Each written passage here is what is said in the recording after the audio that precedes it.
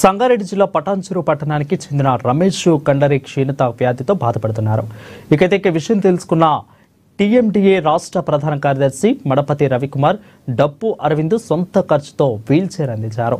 యువకులు సామాజిక సేవలో బాధ్యత తీసుకోవడం చాలా అభినందనీయమని అన్నారు. కార్యక్రమంలో యువకులు పాల్గొన్నారు.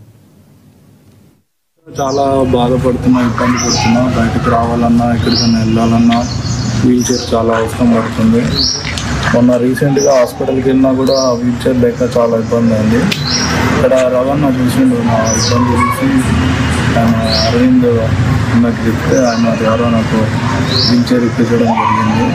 ఇది నాకు చాలా బాగా ఉపయోగపడుతుంది. మరి అనేక సామాజిక కార్యక్రమాలు చేయడం అనేది చాలా అభినందనీయం. మరి గతంలో గిట నాకు తెలిసినంత వరకు ఇక్కడ పెద్దమ్మ గుడి కట్టిర్రు. మరి దేవునికి గిట తన వంతు సాయం చేయాలని దాదాపు ఒక 25,000 రూపాయలు గిట ఆయన డొనేట్ చేయడం జరిగింది.